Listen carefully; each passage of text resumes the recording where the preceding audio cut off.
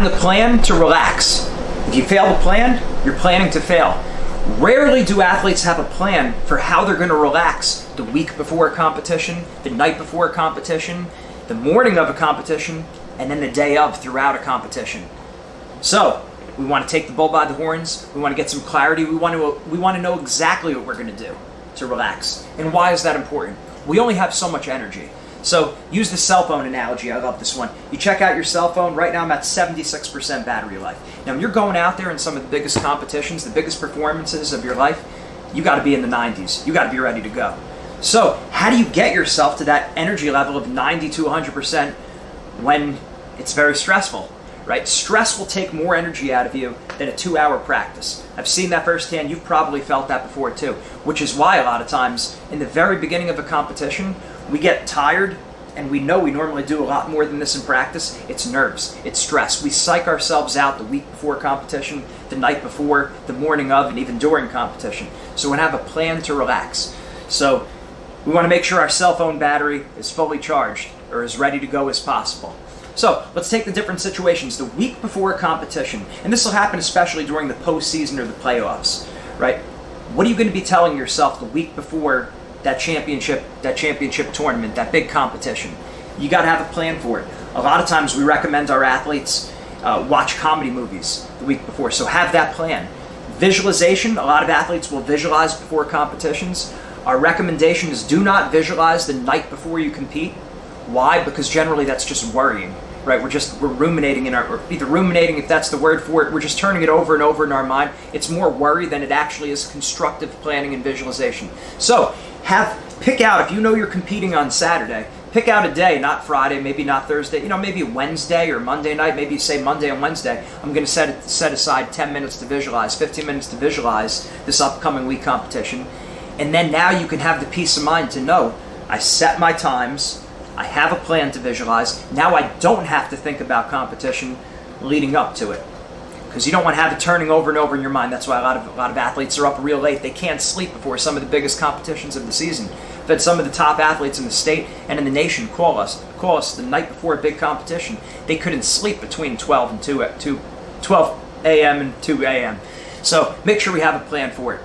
What else are you going to do during the week? Can you set up some kind of either light social activities? Could it be, you're watching a movie, watching a video series, comedies, taking your mind off of things. I used to make a playlist. I had a playlist on YouTube of comedy, and during competition week, that's a great time to pull out that list and go through some of those, so you don't take yourself so serious. So that's part of your plan the week before. Make a plan for yourself. What's going to work for you the week before that competition?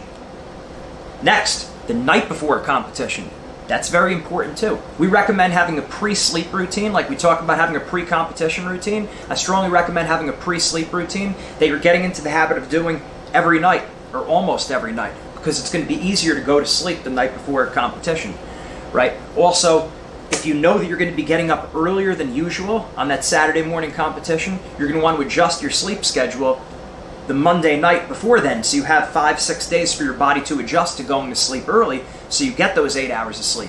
And if 8 hours isn't realistic, then doing it a different way, getting the 7 hours, or even if you had to, 6 hours. But try to start planning earlier in the week, and you could probably get those 8 hours in, or as many as possible. What are you going to be doing the night before? This would be a perfect time to not focus on your sport and watch a comedy. What can you do? Spending time with your family, whatever it is. I know different sports have different restrictions, if they could go out to eat or if they can't, and also making sure we know what our meal is that night to make sure we have optimal energy for the next day. So what's your plan the night before? Now, the morning of competition. I remember this as a kid. I would wake up the day of a tournament, and my mom would say to me in the morning at breakfast, "Are you ready to go?" I'm like, "Yeah, I'm ready to go." Wrong. It's the morning. I'm eating breakfast. You don't have to be ready to go at this moment. Remember the cell phone analogy. If I'm at 80% right now and I start stressing myself out, that that battery life is going to be plummeting, right? Think about what happens when you watch YouTube on your phone. The battery life just starts draining. That's exactly what happens when we start stressing. And now when you step out there to compete, your battery life is only at 50%. Maybe you're in great shape, but you don't have that extra energy because you've been stressing it away. So the morning of a competition, You still don't need to be stressed out. We would be driving to tournaments in the morning, and I remember as you get closer to the tournament, you start to see other wrestlers that are driving to the same tournament. You guys aren't even the same weight. You're kind of like looking at each other, and they're in their truck, you're in your car, and you're like looking at each other and kind of like staring each other down. Your intensity level's too high. During weigh-ins, people are still, mean mugging it, frown on their face. They're mad, or they're getting themselves in the zone. Not the time to do it. Stay relaxed. So have a plan of what you're going to do the morning of a competition to keep yourself relaxed and calm and preserving your battery life. That goes with the day of a competition too. You don't want to be throughout the day stressing, even thinking about the competition. That's what the previous nights are all about, with getting yourself prepared with visualization. What are you going to be telling yourself the day of and even during a competition?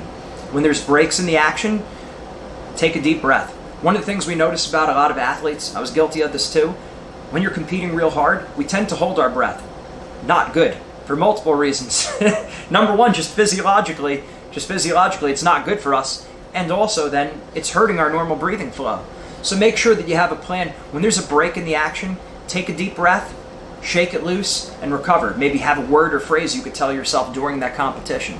But the gist of this lesson is to really look at those different situations the week before, the night before, the morning of, the day of the competition, and even during the competition. That's 5 situations. But you think of those situations and what exactly are you going to tell yourself, and what's your plan going to be to stay calm? In between rounds of a tournament, you can't keep your energy real high, right? Your energy is peaks and valleys. We peak for the competition, and then after we have to recover. So maybe in between rounds of the tournament, I'm gonna massage my arms and legs. I'm gonna bring my this just happens to be here. I'm gonna bring my lacrosse ball to be rolling my back out, or my foam roller.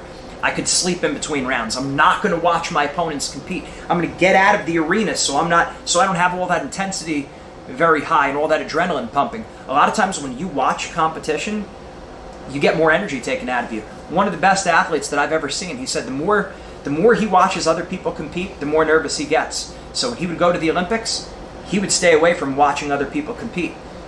Different things you could do to preserve your own battery life.